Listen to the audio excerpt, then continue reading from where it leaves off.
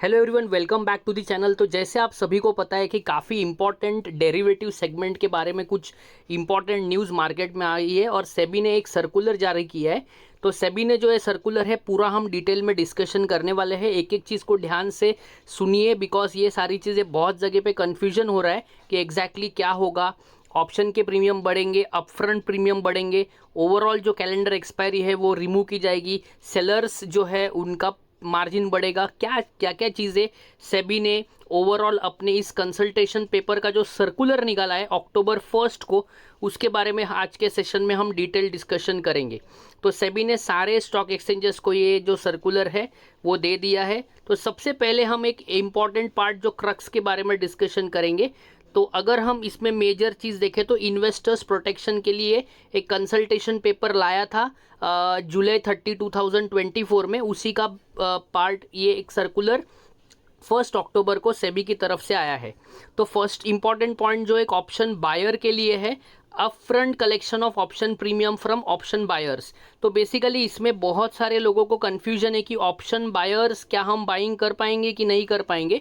Basically आप option buying कर पाएंगे, लेकिन कभी कभी कोई ब्रोकर्स ऐसे होते हैं जो आपको यूजुअली एक्सपायरी के दिन कम मार्जिन में भी ट्रेडिंग करने का चांस देते हैं। लेकिन अभी ये एक पॉइंट है कि ऑप्शन का जो प्रीमियम है, वैसे तो सारे ही ब्रोकर्स इसको फॉलो कर ही रहे थे, लेकिन देन टू इन्होंने एक सर्कुलर में ही डिटेल दे दिया है कि इंट्राडे में जो लिवरेज दिया जाता है क्लाइंट को वो अपने तरफ से थोड़ा कम दिया जाएगा और बेसिकली अपफ्रंट प्रीमियम आपसे लिया जाएगा। मतलब नॉर्मली जो आप बाइंग कर रहे हो वैसे ही बाइंग होगा, लेकिन कुछ ब्रोकर्स थे जो एक मार्जिन बेनिफिट ज़्यादा देते थे और उसका बेनिफिट बहुत सारे लोग एक्सपायरी के ट्रेडिंग के वक्त लेते थे, तो वो अभी नहीं रहने वाला है। उसके बाद अगर हम इम्पॉर्टेंट चीज़ की बात करें तो उसके बाद काफ़ी इंपॉर्टेंट है, लेकिन ये सेलर्स के पर्सपेक्टिव से है, and that is calendar expiry जो होती है। मतलब हम इस वीक का एक्सपायरी बाय करते हैं, अगले वीक का सेल करते हैं, या अगले वीक का सेल करते हैं, इस वीक का बाय करते हैं। तो यूजुअली ऐसे बहुत लोग करते थे कि एक्सपायरी के दिन इस वीक की एक्सपायरी को बाय कर ले लेते हैं और अगले वीक के एक्सपायरी को सेल करते हैं और उसमें उन लोगों को मार्जिन बेनिफिट मिलता है।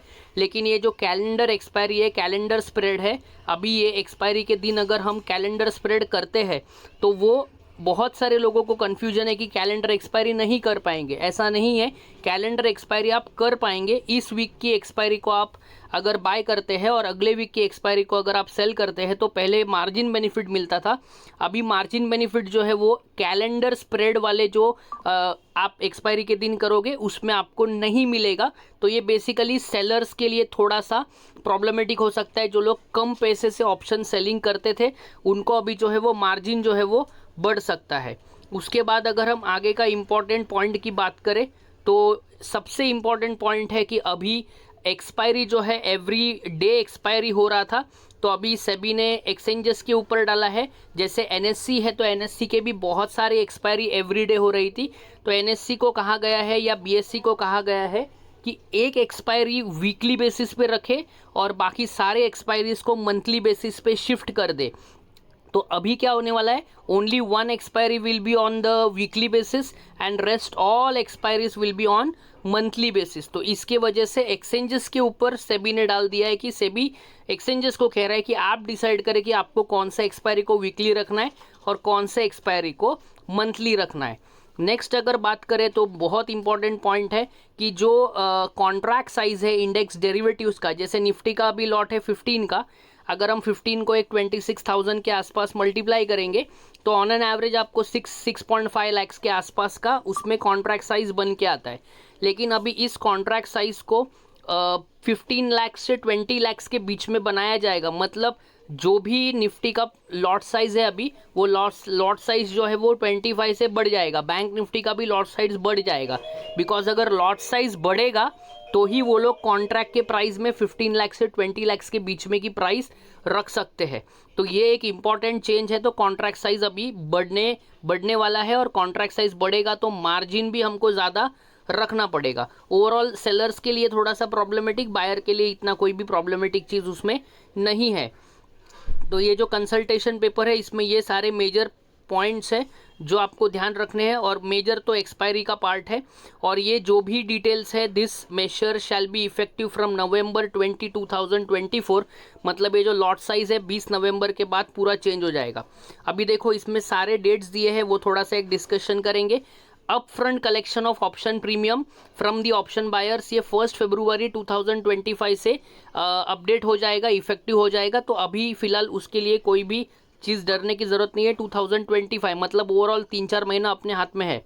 Removal of calendar spread treatment on the expiry day, ये आपका फरवरी 1 से लागू होने वाला है। Intraday monitoring of position limits, ये 1 तारीख से एप्लीकेबल होने वाला है 2025। और जो कॉन्ट्रैक्ट साइज है इंडेक्स डेरिवेटिव्स में, जो अभी निफ्टी में 25 है, बैंक निफ्टी में 15 है, ये अभी बढ़ने वाला है। नवंबर 20 से ही ये एप्लीकेबल हो जाएगा।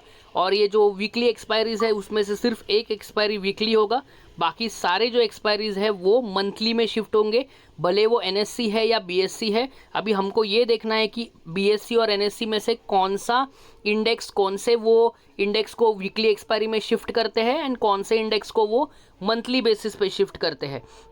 तो ये सारे जो चेंजेस है ये नवंबर 20 से ही लग जाएंगे, और बाकी के जो चेंजेस है वो फरवरी 1 से एप्लीकेबल हो जाएंगे। ये मेजर हाइलाइट्स है, ज़्यादा आपको टेंशन लेने की ज़रूरत नहीं है, बिकॉज यूजुअली क्या है, बहुत सारे लोग ये कंसल्टेशन पेपर से या सर्कुलर से कंफ्यूज हो गए थे। तो इसी तरीके के ये पॉइंट्स है जो आपको ध्यान रखने हैं। यूजुअली ज़्यादा फर्क नहीं पड़ेगा, फ़र्क उनको पड़ने वाला है जो ऑप्शन सेलिंग करते थे कम कैपिटल से, अभी उनको अपना कैपिटल बढ़ाना पड़ेगा, बिकॉज कैपिटल जितना बढ़ेगा तो ये सारे प्रॉब्लम्स उनके सॉल्व हो जाएंगे। और प्रॉब्लम उनको है जो लोग कैलेंडर एक्सपायरी ट्रेड करते थे ऑन एक्सपायरी डे, उनको थोड़ा सा प्रॉब्लम है। उनको भी प्रॉब्लम ये होगा कि उनको मार्जिन बेनिफिट नहीं मिलेगा, बाकी सारी चीज़ें उनको कोई भी प्रॉब्लम्स नहीं होने वाले। और अपफ्रंट प्रीमियम की बात है, अगर आप नॉर्मल ब्रोकर्स यूज़ कर रहे हैं तो वो उसमें ऑलरेडी जितना पैसा है उसी के बेसिस पे ट्रेड करने वो लोग देते हैं, तो ज़्यादा कुछ फ़र्क नहीं पड़ने वाला है। तो डरने की बिल्कुल भी ज़रूरत नहीं है जो लोग इंडेक्स ट्रेडिंग में करते हैं, लेकिन those who are in the selling part उनको थोड़ा सा ध्यान देना पड़ेगा। तो अगर आपको ये वीडियो अच्छा लगा है तो अपने फ्रेंड्स के साथ शेयर करें, और अगर आप पहली बार चैनल पे आए हो तो चैनल को सब्सक्राइब करना ना भूलें। इसी तरीके के वीडियोज़ के लिए चैनल पर बने रहे। मैं आपको मिलता हूँ